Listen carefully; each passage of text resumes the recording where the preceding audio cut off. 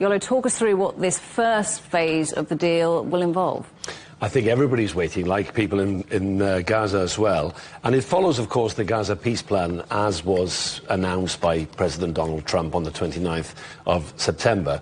So within 72 hours of an agreement by the Israelis in their cabinet, the remaining hostages will be released. Now, they're still being held, some of them in tunnels or under the control of areas in the Gaza Strip where Hamas and other factions are still in control.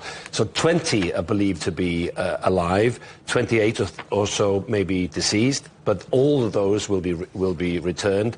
And in return for that, 1,700 Gazans who've been detained since the conflict began 2 years ago, and the 250 prisoners we heard the correspondent talking about, those under life sentences in Israeli jails at the moment. So when this plan was announced by the Americans, they released quite a superficial map, really, of the Gaza Strip. And what this map now shows is the blue line is roughly the Israeli army's line of control. In between the blue line and the sea are hundreds of thousands of Gazans living in the open or in tents. Now, the yellow line, which will be part of the first initial line of withdrawal, would still leave the Israelis controlling 53% of Gaza with the Israeli forces. Now, the second stage would see a second withdrawal, marked in red here, when or if it's implemented.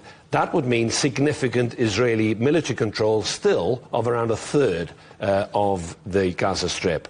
And then there's the buffer zone at the end, which retains control around the Egyptian border, the Israeli border, and that would still have significant Israeli military control of around 10 to 15% of the Israelis, of the Gaza territory.